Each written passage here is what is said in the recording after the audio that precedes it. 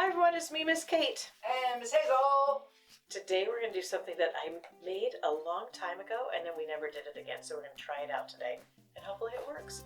But this is an underwater scene that I did with watercolor paper, watercolor paint, and then I cut out some shapes from construction paper and put them on to soak up the paint.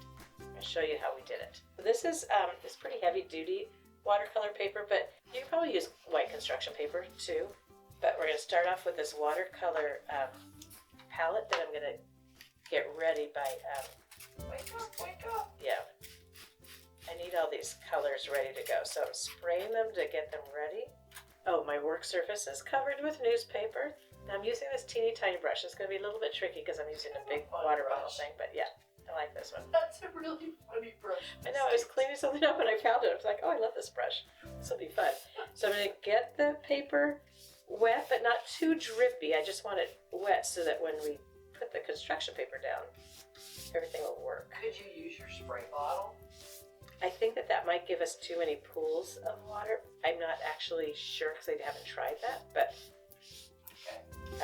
we could certainly try it. That could be another video where we try lots of weird things and see how they work. Because we think about it, but we don't actually do them.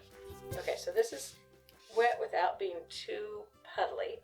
And now I'm going to grab some paint from here and you can see, yeah, it's my funny little paintbrush. And you can see that it is spreading because it's very wet. I did not bring a towel, so I'm going to use my newspaper to clean up my brush a little bit. I add some green because there's lots of colors in the ocean, right? And it doesn't have to be the ocean. It could really be anything you wanted it to be. I just thought that was sort of fun to use. I'm using this fun yellow-green. Okay, so I'm adding all these colors in here. Mostly green, blue, yellow. And now, I have some old construction paper. This got faded in the sun, so that's why we're using it. But Could you draw it if you were more comfortable this case? Oh, yes. You could just, yeah, you do not have to free-form cut it like I am right now.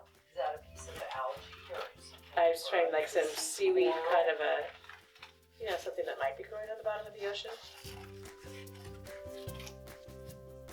Two of my friends were just in Hawaii on Thanksgiving break and they got to go snorkeling with turtles and fish, and they were so excited to come back and tell me about it. Okay, so I don't know if you can see this very well, but the construction paper is soaking up some of the paint, which is exactly what I wanted to happen. It's sticking right to the... It's sticking, so I'm going to let that dry and then I'll peel it up. Now I'm going to cut some fish-like shapes. And then put those on. So it'll sort of look like they're swimming through the water here. This is very exciting. Now, because I put the tail over this other piece of seaweed, you won't actually see it. I'll do the same here, or you'll see the whole fish.